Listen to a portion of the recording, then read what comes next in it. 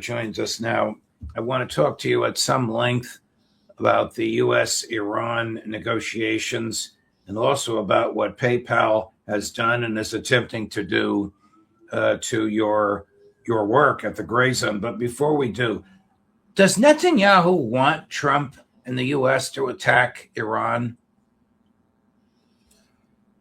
Well, that's Netanyahu's agenda, and it's not Trump. It's any U.S. president. It's why he went before Congress and essentially accused Barack Obama of enabling a Holocaust of Jews, I think back in 2011, and held up maps, satellite maps, not of Iran, but of Poland, showing that FDR refused to bomb, asserting that FDR refused to bomb the railways to Auschwitz, and then essentially insinuating that Obama was refusing to bomb Iran's nuclear facilities, making him another Nazi enabler. I mean, it was a massive insult to American leadership, but that's Netanyahu's agenda. It always has been his agenda. And before Iran was considered a threat to Israel, he was pushing the U.S. to attack Iraq. I mean, Netanyahu said in his own books that Saddam Hussein was essentially a Soviet asset, and that if the U.S. wanted to win the Cold War, in his early books, that they had to attack Iraq. And then once he gets that out of the way, he moves on to Iran. So everything that's happening right now with respect to Iran, the only reason that the U.S. is seated in these tense negotiations in Oman with the Iranian government, the only reason that there's this carrier strike group that's been in or close to the Persian Gulf, and one may be in the Indian Ocean, the only reason why there's all this tension is because Israel is driving Trump's agenda. And I think the Epstein file that was released from a confidential human source of the FBI, I think I know who that source might be, alleging that Trump has been co-opted by Israel, is fundamentally correct. All right. Before we get to Epstein, two more questions about Netanyahu. Is he ignorant or is he indifferent about the likely... Were in power, they would be pushing the United States to attack Iran on their behalf. It's just that Netanyahu is a more talented manipulator, which helps explain why he's been in power for so long, and is someone who comes from the United States. Who's someone who essentially comes from the Epstein class, which gives him this very close proximity to Trump and his own people. That's why we are where we are. But Israel's military intelligence apparatus believes that it will benefit from the U.S. getting involved with Iran in a regional war, and that it needs the U.S. to be intimately and grotesquely involved in warfare in the region in order to prevent the U.S. from, for example, pivoting to Asia and moving away from providing Israel with its main source of deterrence. So nothing would benefit Israel more than the U.S. losing 500 or so soldiers in a massive conflict with Iran aimed at regime change, because it would mean that the U.S. and especially Trump would have to continually up the ante against Iran's military, just as it did when it was bogged down in the quagmire of Iraq. That was another conflict that benefited Israel. The difference is that Israel was able to conceal its fingerprints on the U.S. drive to war and the U.S. campaign in Iraq, whereas this time it's very clear to a segment of the American public that we're doing this essentially. But the demands that Trump is making are so absurd, it's hard to believe that these negotiations are real. I mean, it's one thing to say, okay, reduce the nuclear enrichment so it can't become a weapon. It's another thing to say, reduce the nuclear enrichment so you can't use it for medical and hospital purposes. That's absurd. Get rid of your offensive weapon. What are you, crazy? Israel wants to destroy you. That's absurd. Stop funding your allies in the area. Is Israel going to stop with the people it funds? That's absurd. Are these real negotiations or not? That I'm seeing, which can be questioned, that the U.S. is seeking a declaration of surrender from Iran, because once Iran gives up its long-range ballistic missiles, and once Iran retreats from being a breakout nuclear power, from being sort of a latent nuclear power that could break out into weaponized capacity, then Iran loses its deterrence, and it starts to look like the deal that the Syrian government signed with Russian mediation with the US under Obama to give up chemical weapons that may or may not have existed, but which comprised deterrence. Gaddafi did the same thing under the mediation of Tony Blair and the Brits. And one of Gaddafi's final phone calls was with Tony Blair, where Blair essentially hung up the phone on him and left him to be slaughtered by Al-Qaeda assets that the British and French were arming. So the lesson is very clear. If you give up your deterrence, you are signing your own death warrant, because the US cannot adhere to a deal, especially when Israel is involved. And even if the US were to adhere to the terms of this deal, which would mean a non-aggression pact between the US and Iran, Israel would take advantage of it immediately and then lead the US back into a conflict. Iran's ballistic missiles exist at the heart. They demonstrated during the 12-day war that Iran could deter an Israeli unprovoked attack. They put Israel on the back foot. They forced Israel to sue for peace. And the ballistic missile program continues to advance. We've seen new hypersonic missiles being introduced into Iran's arsenal. Since the 12-day war, Iran is also developing intercontinental ballistic missiles. And this gives it weight at the negotiating table that would be suicidal for it to negotiate away. But this is what Trump has demanded. And I don't know if he's demanding it now. There are separate reports that all the Trump administration is seeking is for Iran to basically evacuate its uranium stockpiles to a third country and essentially give up its nuclear program, which I think, in this current environment would also be suicidal. But the reason, another point I want to make is the reason that these negotiations are taking place at all in Oman is because Iran has not met the US with its tail between its legs. It has actually threatened an all-out regional war if the US attacks, if the US attempts a decapitation strike against its leader. The only language that Trump or Israel understands is the language of strength and force. And Donald Trump now understands that if he attacks Iran, it's not going to be another Venezuela situation where he can just eliminate the top leader as if he's picking up someone in an Uber ride. It's going to be bloody, and Trump is not willing to pay a cost in terms of material and men and get bogged down. So that's why these negotiations are taking place. I expect them to fail. And if they don't fail, and there is a deal between the US and Iran, the US will not be able to adhere to its terms, and we will see more attempts to destabilize Iran from within, as well as to destroy its economy through sanctions. Is it probable that the negotiations are just a delaying technique for more US Navy assets to arrive? The naval assets are there. Everything's pretty much in place. Okay. Here's Trump's latest rant and rave. Of course, he changes his mind daily. This is yesterday. Quote, Iran should be worried. Chris, number 14. I think he understands what he's talking about, Max. Yeah, he kind of got caught there.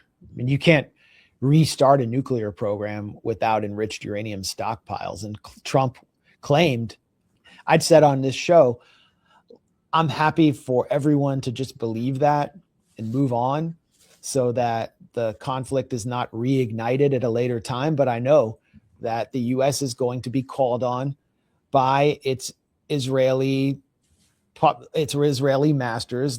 Trump will be called on by Adelson and Netanyahu to go back for more, because the uranium stockpile was not destroyed. And it was essentially a kind of symbolic strike. They might have done a lot of damage to Fordo. And another point, Trump invokes the Arab countries. Trump has been under pressure from Egypt, from Turkey, from Saudi Arabia, the major regional players, to not go to war with Iran because they understand how destabilizing and economically devastating a regional war would be. And it's these powers these regional powers are not grateful to Trump for following Israeli orders to attack Iran. They're actually deeply concerned, and these are not countries that are all very historically friendly to Iran. Wow. So you mentioned Saudi Arabia. We're going to play a clip from Vice President Vance, who's just becoming, in my view, an ill-informed PR person for the administration. And then we're going to play a clip from a now deceased, but obviously at the time very much in the game, senior CIA official about Saudi Arabia and nuclear weapons. Watch this. The first part of this is an interview by Megyn Kelly with Vice President Vance. The second part is an interview by David Asman 11 years ago on Fox Business Network with this CIA senior official. Chris, number 7. You read that, Max. Okay, let's section that out, separate that out a little bit. First, sure. To address J.D. Vance's ridiculous, ignorant comments that I think will come back to haunt him if he tries to run for president. He is conflating Iran with Takfiri and Wahhabi Sunni groups that have carried out terrorist attacks around the globe under the banner of Al-Qaeda and ISIS. Iran, and specifically the IRGC and its broader network of popular mobilization units in Iraq, as well as the Yemeni Houthi group that it supports in Yemen, have battled on the front lines, ISIS and Al-Qaeda, and played a seminal role in wiping out ISIS inside Syria and inside Iraq. So it's a historically illiterate, politically ignorant comment for J.D. Vance that is trading on the ignorance of, or attempting to trade on the ignorance of the MAGA base in order to justify a potential war with Iran, when we were told that J.D. Vance would be a restrainer and that there was this Vance group within the White House that would hold back the neocons. And now he's become sort of the chief spokesman. I can't say what's taking place in private and whether Vance is playing the role of restrainer in private. You know, I've heard different rumors that he is, but this is going to be damaging to him in the future, have to have served as a hype man for the neocon project of attacking Iran. And what Vance gets wrong, and also, you know, goes back to Claridge's remarks about Saudi Arabia potentially having a nuclear weapon or having nuclear capacity, is that the nuclear arms race in the Middle East and throughout the region is not being driven by Iran having breakout capacity and enriching uranium. It's being driven by Israel having a secret nuclear program at Dimona, which had an earthquake 3 weeks ago, which should have been a story of global significance that should have been on the front page of every Western newspaper, but was completely buried. Israel's been testing nuclear weapons at this secret facility. And if Israel is threatened the way they were in the 12-day war, let's say the 12-day war had gone on for 21 days or for a month or for even longer, and Iran kept the ballistic missile volleys breaking through Israel's multi-layered missile defense system and smashing into Tel Aviv, and finally hit Mossad headquarters and hit Hakiria in North Tel Aviv, what would Israel have done? Israeli society would have been destabilized. Netanyahu would have, he already had fled. He wouldn't have come back. And then they would have threatened the United States and the world with a nuclear weapon on Iran, that they would have hit Tehran with a nuclear weapon unless the US stepped in and totally destroyed Iran. Because they, according to many reports, they did that before in order to force Nixon and Kissinger to resupply it when Israel was facing an existential catastrophe during the 1973 Yom Kippur War. So it's Israel that is driving the nuclear arms race. across the region, including in Saudi Arabia, because the Saudis know that they need to protect itself from this mad dog in Tel Aviv. Let's transition to the latest on Epstein. What is British media, of all things? I realize that Epstein may bring down Sir Keir Starmer's government because of the former U.S. British ambassador to the United States. But what is British media saying about Epstein? Well, they're saying MI6 adjacent media is saying Epstein was actually a Russian asset. He was working for Russian intelligence. And the funniest report was in Sky News, the British intelligence bulletin board corporate outlet, which said that Epstein was speaking to an anonymous person and coaching them on how to approach Putin as the Russian asset he was. Well, Putin never agreed to any meetings with Jeffrey Epstein. He's one of the global leaders who Epstein couldn't get to. None of his people could. But who is that anonymous person? Well, we all know who the anonymous person was. Sky News just won't tell us because then it exposes the whole charade and fraud that they're involved in. The anonymous person was former Israeli prime minister, former defense minister, former head of military intelligence for Israel, Ehud Barak, who was Jeffrey Epstein's one of his closest friends and closest confederates in his final years before he died somehow. Ehud Barak was being coached by Jeffrey Epstein. Jeffrey Epstein was surrounded by Israeli figures, by pro-Israel figures like Ron Lauder and Les Wexner, who were part of the so-called mega group of early Netanyahu donors. Jeffrey Epstein set up a meeting for Jamie Dimon at JP Morgan with Netanyahu. Jeffrey Epstein's partner, Ghislaine Maxwell, is the daughter of an Israeli intelligence asset, Robert Maxwell, who reportedly sold on the global market technology that had been bugged by Israel called Promise software to infiltrate sensitive locations around the world until his last days with Leah Pissar. Who is Leah Pissar? She is the half-sister of Tony Blinken. Tony Blinken is stepson of Samuel Pissar. Samuel Pissar was the key fixer for Robert Maxwell, who received a de facto state burial in Israel. So Jeffrey Epstein was engaged in a very revealing 2018 message exchange with Steve Bannon, his close friend. And Bannon said at one point, all roads lead to Beijing. Jeffrey Epstein countered, actually to Tel Aviv. I mean, Jeffrey Epstein was saying it himself.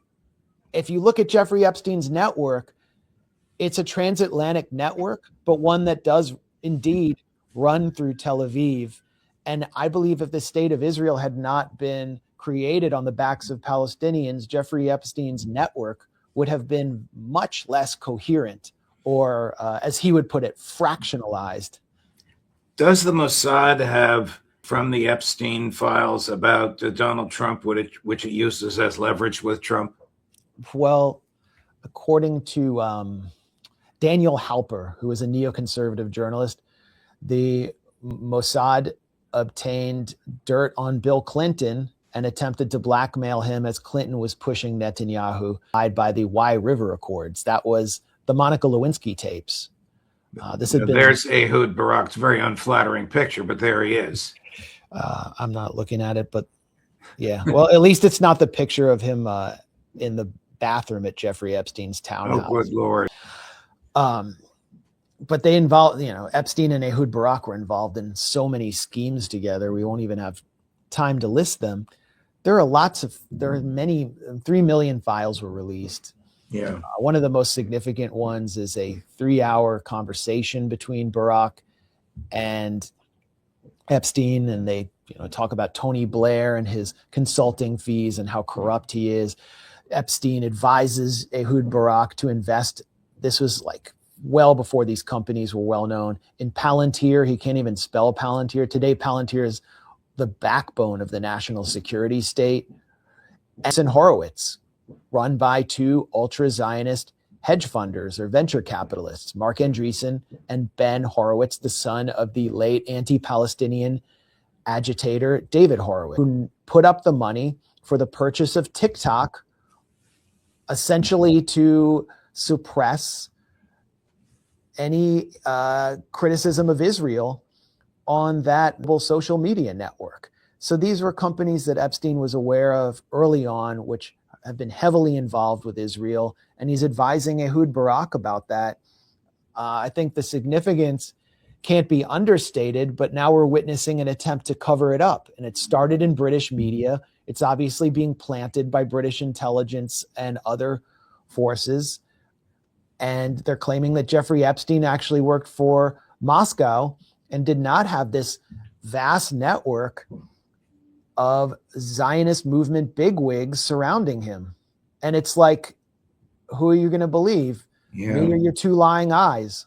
Yeah, you can't make this up. Before we go, you mentioned Palantir. I mean, I know he created PayPal. I don't know if he still owns it or not, but what has PayPal done to attempt to damage your work at the Gray Zone? Well, they suspended us. We had an account there, and we used it to raise money to sustain our operations. We launched as the Gray Zone in early 2019, and they've suspended us on political grounds. Go to our YouTube channel, our Substack, my Twitter account, and you'll find an 8-minute explainer in which I actually got to the bottom of it and confirmed that we have been suspended on political grounds. PayPal has asked me and the Gray Zone to provide all kinds of documentation in order to access the funds that we've already raised. Otherwise, they're just taking people's money, taking thousands of dollars from people and not allowing us to access it. And they've asked me to explain 2 small donations from a private citizen who lives in Australia, who I was able to track down and interview.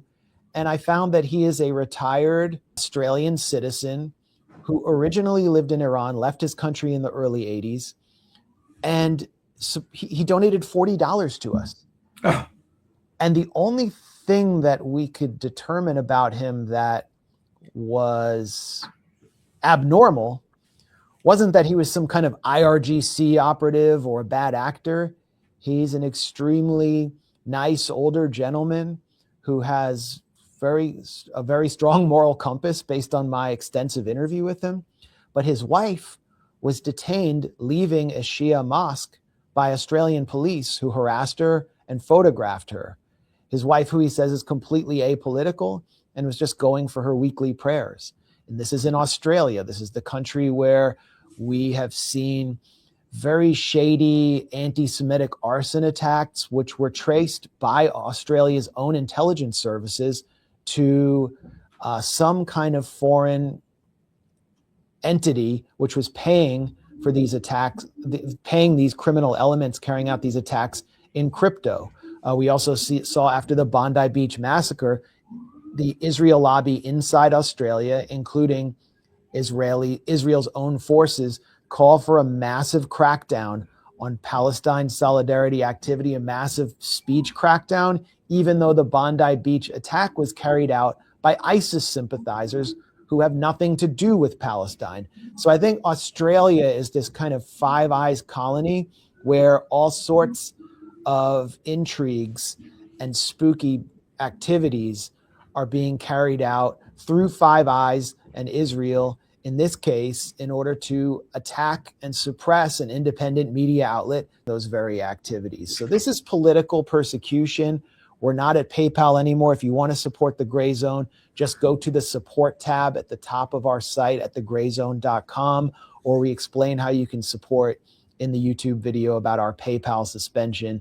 And this will allow us to continue to tell you what you're not supposed to know. And that's our simple mission at the Gray Zone. And I think it should be the mission of all independent media outlets facing this kind of pressure today. Thank you, Max. I'm sorry for what you're going through. I suppose it's going to hit the rest of us one of these days.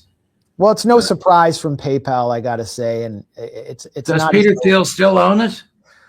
Well, he still has a stake in it. The PayPal mafia is him, Reid Hoffman, who I believe was an Epstein associate, Elon Musk, who's named in a lot of the Epstein emails, and of course, Peter Thiel.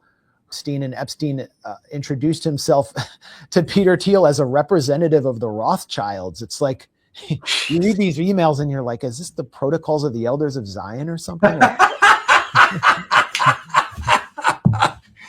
So, we're up against the Epstein class, and we've hopefully moved on to a better place to raise money for our humble journalistic network. And we can't thank you enough, Judge, for all the support you've given us. Absolutely support you too. Oh, thank you. I love what you do, and you and your wife and I have become good friends as well as professional collaborators. I got to play one more clip for you. I know you know him well, but you're not going to invite him over to dinner. This is Jonathan Greenblatt, the head of the ADL, revealing the Israeli spy network in the United States, reporting to the FBI. What do you make of this? I don't know if we have enough time. That the ADL is a private arm of U.S. federal law enforcement carrying out a kind of COINTELPRO operation, infiltrating left-wing groups, including social democratic groups that work inside the Democratic Party, like the Democratic Socialists of America, and taking credit for what, by all accounts, was a kind of phony, manufactured plot by the FBI against a group that didn't actually exist, the Turtle Island Liberation Front. The entire bust was based on a confidential human informant that the FBI had planted among a small network of very goofy activists inside LA. The confidential human informant created the plot for these activists, took them out into the desert, into like the Mojave Desert, where the FBI then arrested them. And they were caught with materials that I don't think you could actually make a bomb with, but which were said to be bomb-making materials. Essentially, the FBI created the plot, as they always do, and the ADL is taking credit for that. Is Jonathan Greenblatt a foreign agent? Well, he should be. He should be. The ADL is representing Israel, and when it trains officers, they're training them by connecting them with Israeli security forces, and by training them in Israeli tactics, and by lobbying them on behalf of Israel. And the only reason Jonathan Greenblatt is doing any of this activity, which is potentially illegal and violates the First Amendment, is on behalf of Israel. And remember, in the 1980s, the ADL was caught infiltrating groups that were organizing against apartheid in South Africa, possibly working with Israeli intelligence. Their informant was a possible Israeli intelligence agent as well. And they were attempting to destroy the lives of people for fighting the apartheid regime in South Africa. Now they're doing the same thing in order to defend the apartheid regime of Israel. It is one of the most malicious assaults on free speech in the US today. And as I said, it replicates the COINTEL program J. Edgar Hoover enacted to neutralize anti-war and socialist organizing and any activity, any anti-establishment activity during the 1960s and 70s, except it's being carried out by a private organization, which is substantially, if not totally, funded by pro-Israel donors who are sympathetic to another country. Oh, yeah. Excuse me. I know you have to go, and so do I. Thank you very much for this, and I apologize for being all over the place. There's just so many hot button points that you are the most appropriate person in all the media to address for us, and I'm deeply grateful for all this. Go to the Gray Zone, everybody, where you can OD on Max Blumenthal, and you'll see some of the most intellectually honest, personally courageous reporting anywhere.